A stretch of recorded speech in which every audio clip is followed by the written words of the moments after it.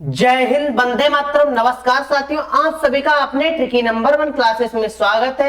और दोस्तों, आज का टॉपिक आपके लिए लेके आया हूं दोस्तों, हिंदी साहित्य का काल विभाजन। दोस्तों, हिंदी साहित्य का काल विभाजन कितने भागों में हुआ है और इस टॉपिक से किस प्रकार से क्वेश्चन बनते हैं, आपको इस टॉपिक में जानकारी दी जाएगी।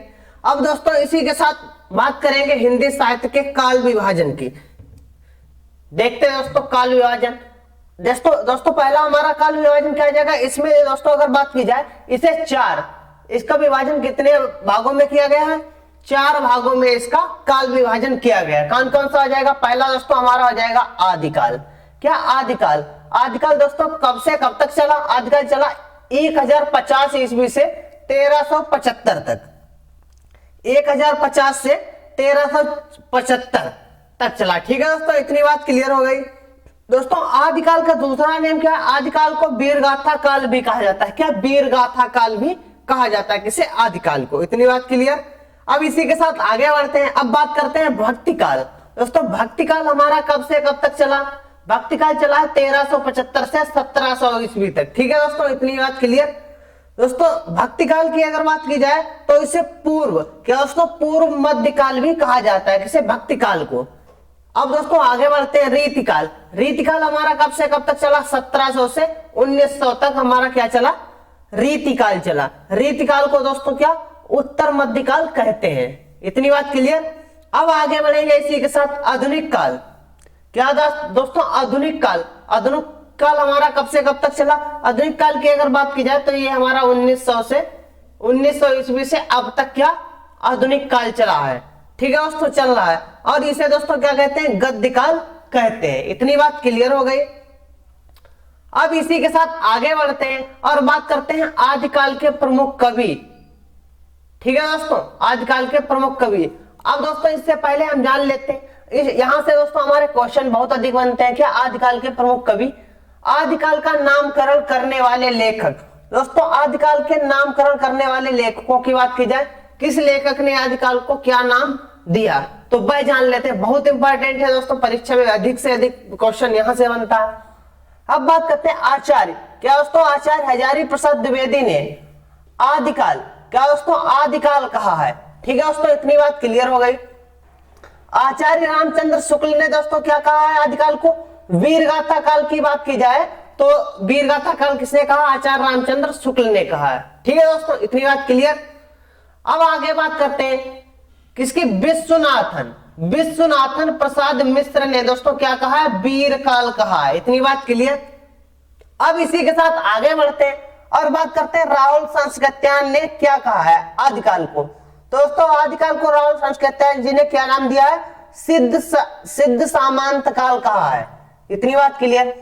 अब आगे बढ़ते हैं, गणपति चंद्र शुक्ल ने आरंभिक काल कहा है। आदिकाल को आरंभिक काल किसने कहा है? गणपति चंद्र शुक्ल ने कहा है। इतनी बात क्लियर।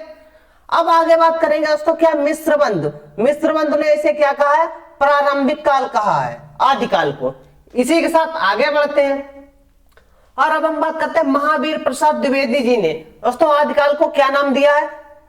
आदिकाल को इन्होंने क्या कहा दोस्तों? बीज वपन काल किसने कहा है? महावीर प्रसाद द्विवेदी ने। और आगे बढ़ते हैं दोस्तों, ये हमारा लास्ट है, डॉक्टर राजकुमार वर्मा एवं जॉर्ज गियर्सन। इन्होंने दोस्तों आदिकाल को क्या कहा है? चारण काल नाम दिया है। इतनी बात क्लियर। यहां से दोस्तों ये बहुत इंपॉर्टेंट थे, बहुत अधिक बार परीक्षा में क्वेश्चन बन चुके हैं। अब दोस्तों इसी के साथ आगे बढ़ेंगे।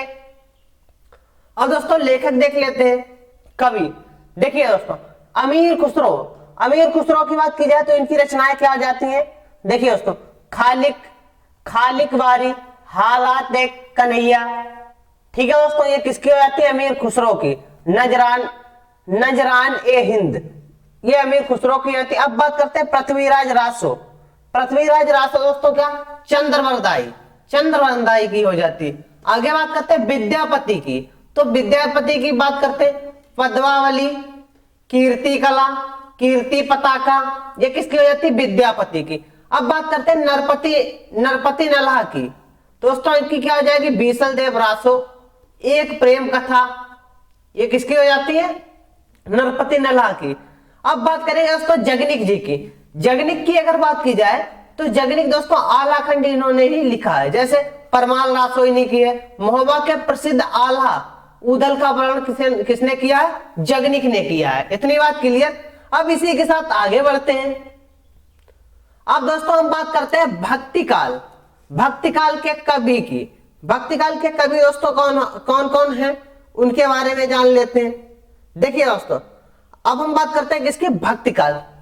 ग्यरसन, क्या दोस्तों? ग्यरसन महोदय ने भक्ति काल को हिंदी साहित्य का स्वर्ण काल कहा है। दोस्तों यहां से हमारा क्वेश्चन बनता है, भक्ति काल का दूसरा नेम कभी कभी दोस्तों क्या स्वर्ण काल आपको मिलेगा। तो दोस्तों क्या भक्ति काल, ग्यरसन महोदय ने भक्ति काल को हिंदी साहित्य का स्वर्ण काल कहा है। हिंदी साहित्य का स्वर्ण काल इसे बताया गया है, किसे? भक्ति काल को, ग्यरसन द्वारा।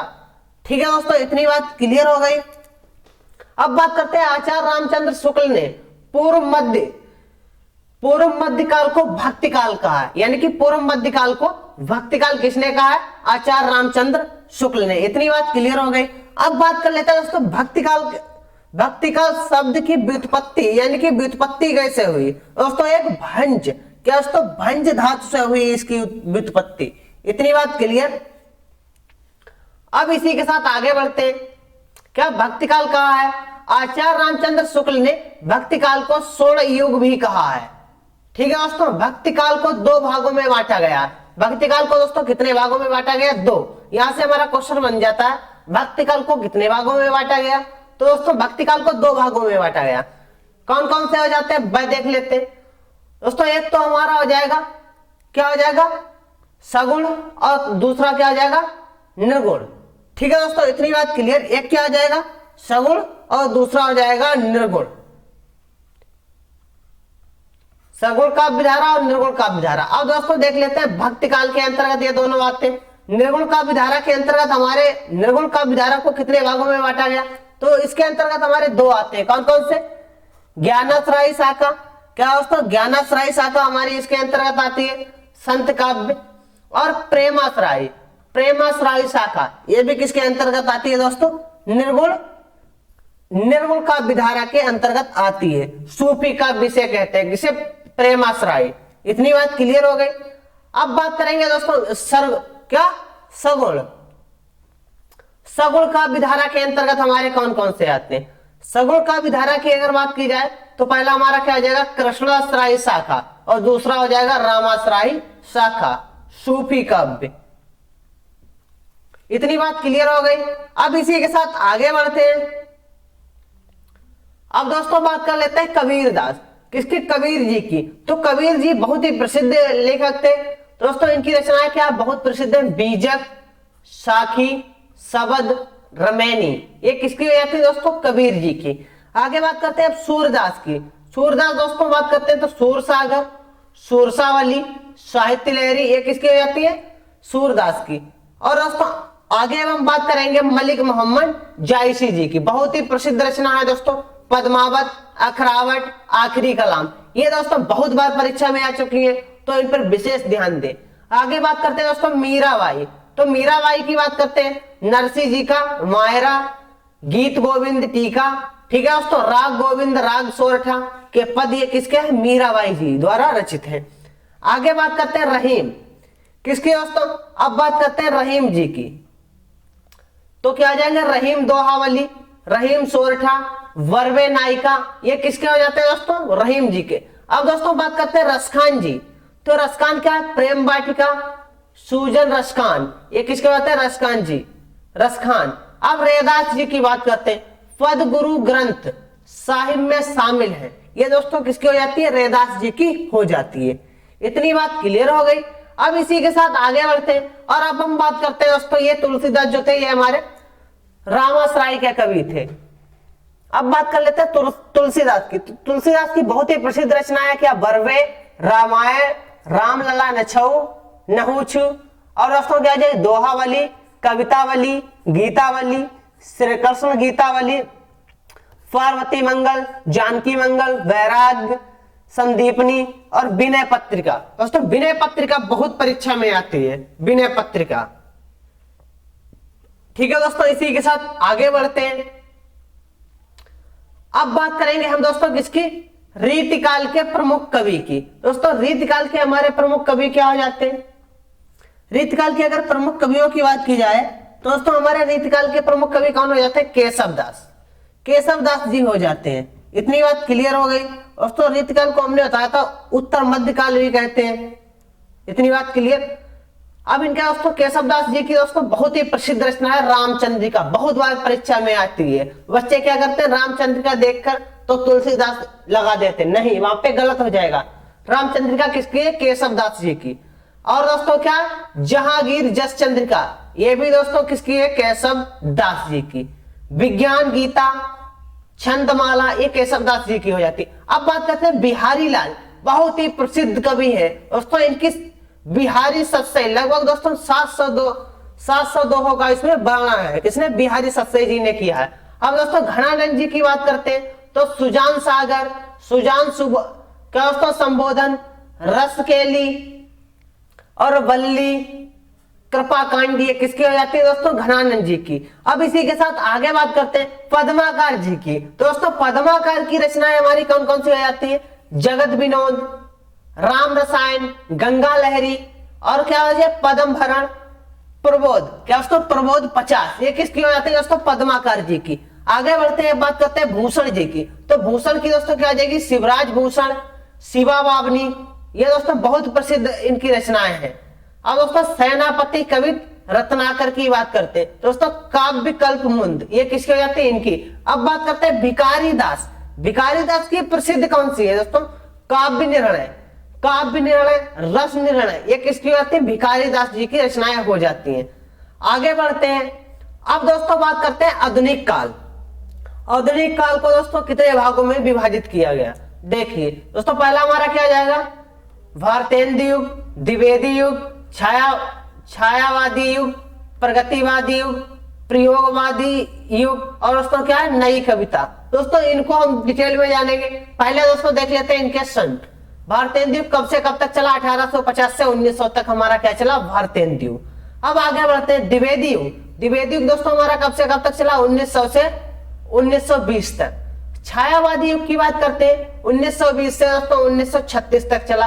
आगे बढ़ते हैं प्रगतिवादी युग, ये चला हमारा दोस्तों 1936 से 1943 तक। और दोस्तों अब बात करते हैं प्रयोगवादी, तो दोस्तों ये हमारा चला 1943 से 1950 तक। आगे बात करते हैं नई कविता।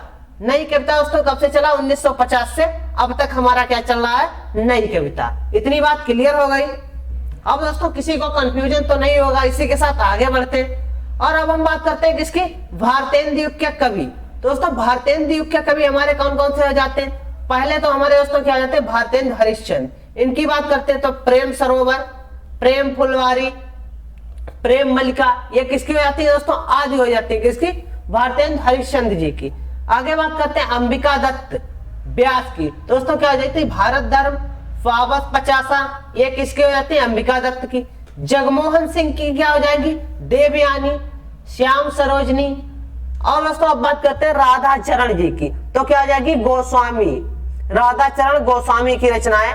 नव भक्तमाल, ये किसकी होती है? राधा चरण जी की। इसी के साथ आगे बढ़ते हैं। अब दोस्तों हम बात करते हैं किसकी? द्विवेदी युग के कवियों की। तो द्विवेदी युग के हमारे कौन कौन से जाते हैं दोस्तों? पहले हमारे कौन हो जाते हैं? मैथिलीशरण गुप्त जी। दोस्तों इनकी क्या है प्रसिद्ध? साकेत, भारत भारती, यशोधरा, पंचवटी, बहुत बार परीक्षा में आती है सभी की सभी। अब आगे बढ़ते हैं माखनलाल चतुर्वेदी। तो माखनलाल चतुर्वेदी की बात करते हैं तो क्या हो जाएगी? हिम किरेटनी, क्या दोस्तों? हिम किरेटनी हो जाती है। हिम तरंगणी वेरी इंपॉर्टेंट दोस्तों, ये क्या? हिम तरंगणी बहुत बार आ चुकी है परीक्षा में। आगे बात करते हैं युग चरण, समर्पण, ये किसके हो जाती है? माखनलाल चतुर्वेदी जी की। आगे बात करेंगे दोस्तों महावीर प्रसाद द्विवेदी जी की। महावीर प्रसाद द्विवेदी की क्या हो जाती है? काव्य मंजूषा सुमन, ये किसकी हो जाती है? महावीर की।